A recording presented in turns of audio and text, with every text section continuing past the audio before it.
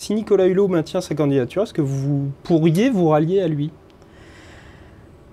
Je ne crois pas que Nicolas Hulot maintiendra sa candidature. Ce n'est pas faire offense à Nicolas Hulot, mais très sincèrement, je ne vois pas comment on peut du jour au lendemain avoir été quelqu'un de très apprécié par les Français, quand même très dépendant financièrement d'un certain nombre de groupes, en particulier médiatiques, et n'avoir aucune expérience politique et se lancer avec sérieux dans l'élection présidentielle.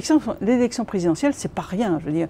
C'est pas une élection comme ça qui passe d'une petite, où on est conseiller municipal d'une petite commune. Il faut être professionnel de la politique, c'est pas une question d'être professionnel, mais c'est d'être expérimenté et d'avoir l'expérience de la politique.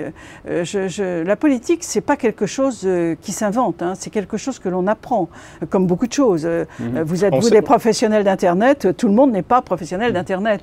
Être un politique, ça demande beaucoup d'expérience. Élection présidentielle, elle demande, et je peux en parler pour en avoir eu l'expérience, un don de soi très important. On dit que Nicolas Hulot a conseillé plusieurs présidents de la République, puisqu'on dit qu'il a conseillé Jacques Chirac et on dit qu'il a conseillé jusqu'à il y a encore peu Nicolas Sarkozy. Est-ce que vous pensez que ce n'est pas suffisant pour prétendre à de telles fonctions? Je pense que je comprends la démarche de Nicolas Hulot dans la mesure où effectivement il a espéré en 2007 avec sa charte là, qui a été signée par tout le monde que ça suffisait. Vous ne l'auriez pas signé vous?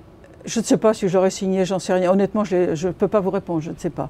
Mais ce que je veux vous dire, c'est que Nicolas Hulot s'est rendu compte que la logique associative, qui est certes nécessaire au niveau de l'influence, n'est pas suffisante pour faire traduire en politique par des décisions. Et donc qu'il soit tenté de se lancer en politique pour que, effectivement, parce que sa charte, on ne peut pas dire, ça aussi ça fait partie un peu des échecs, hein, on ne peut pas dire que le Grenelle de l'environnement était un succès absolu, mis à part des coups de manche médiatiques, il y a quand même beaucoup de difficultés et beaucoup de conséquences importantes, je peux en parler sur le logement par exemple, de ce Grenelle de l'environnement. Donc, il a compris que ce n'est pas suffisant d'être associatif, même si l'associatif a tout à fait sa légitimité très importante et qu'il fallait passer au politique. Mais ce n'est pas parce qu'il a envie du politique qu'il a la compétence du politique.